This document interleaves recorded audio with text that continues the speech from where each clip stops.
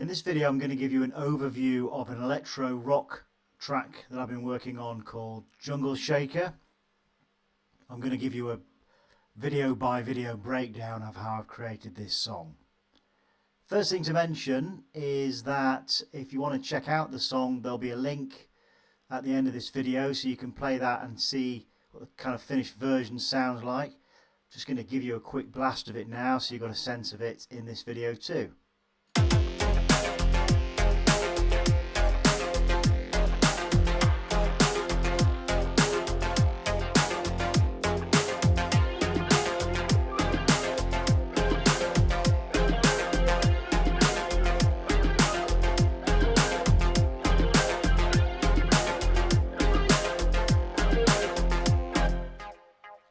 So that's how it sounds throughout most of the song. There's some variations at the end. I've gone for a bit of a groove with this. I wanted to create something which was a mixture of a kind of a rock song and an electronic song. So hopefully that's come across in the finished song. But as I said, if you wanted to check that out, there'll be a link to it at the end of this video. But I will break down the song bit by bit, video by video, and show you how I've made it in Ableton 12. First thing to mention on this then is that the BPM is set at 102. Wanted a moderate pace, needs to feel like it's progressing, moving on, but also have a bit of a laid back groove to it. Second thing to mention is that I've got about 34 different tracks on this, but a lot of these tracks are duplicating on the sound, so particularly when it comes to the guitars, and I'll talk a little bit more about those later. But I've doubled up on the guitars, so essentially I've done multiple takes of the same riff or the same chords or the same notage, but using different guitar tones to thicken the sound and just fill out the sound a little bit. That's why you've got quite a few different channels or tracks here. The next thing to mention is the color coding. So I always try and put color coding into the songs when I'm creating them. You can do that literally by right clicking on the actual channel or track and then selecting the color of it from down here. I've done it really around trying to get a sense of the different parts of the song. So for example, the drum kit and rhythm part of the song is all in one particular color. Then I've got the bass in a different color. Then I've got the mids in a different color again coming down.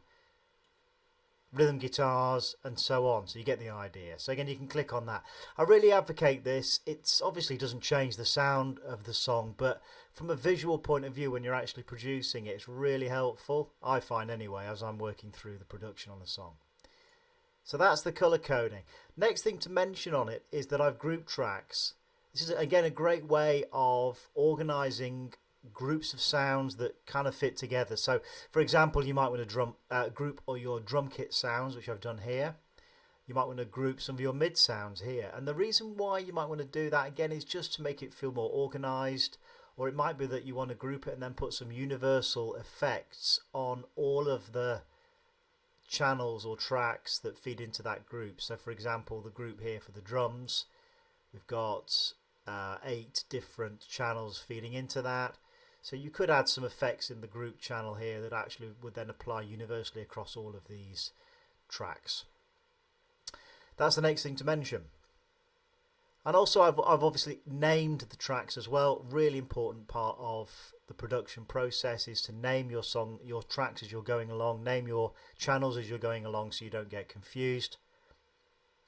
In terms of how I've structured the song and the sounds in it, built up quite an extensive drum kit here using impulse, separate channels for each part of the drum kit. We've got a bass synth, we've got some mid frequency sounds, and in that we've got a mid pad and a couple of sequencers, and the sequencers are really the heart of the groove with the rhythm guitars there.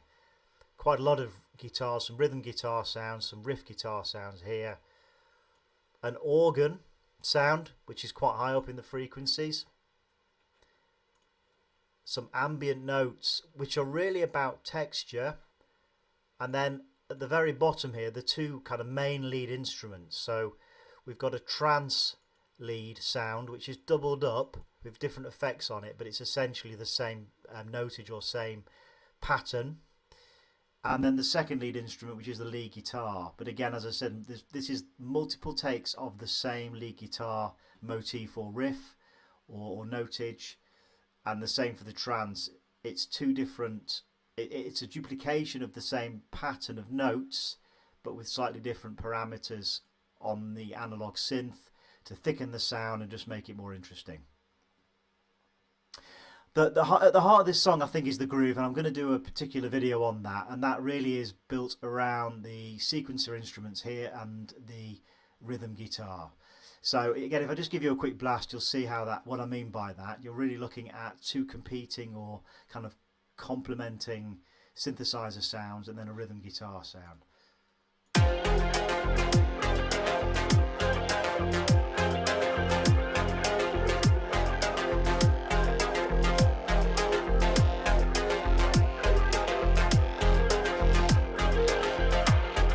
So really the whole song is based around that groove.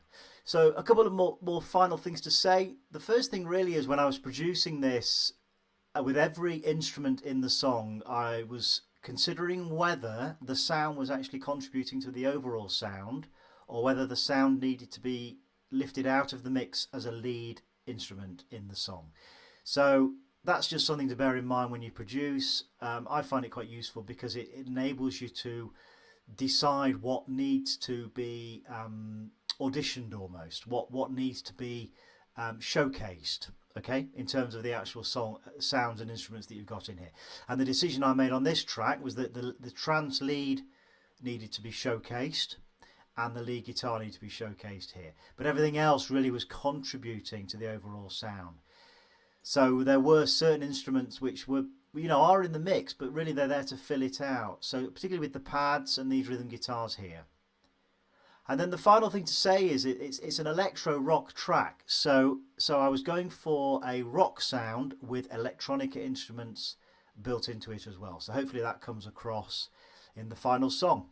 So as I said, if you do want to check out the final song, there should be a link popping up any second now at the end of the video.